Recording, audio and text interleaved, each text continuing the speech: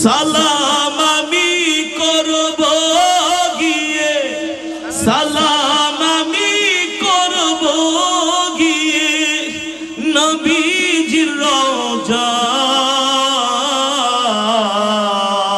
সবাই মনে বড় আশা ছিল, যদি রাসূলের আশিক হন তাহলে জোরে বলেন। মনে বড় আশা ছিল, সালাম আমি করব গিয়ে, সালাম আমি করব গিয়ে নবীজির রওজায়। মনে বড়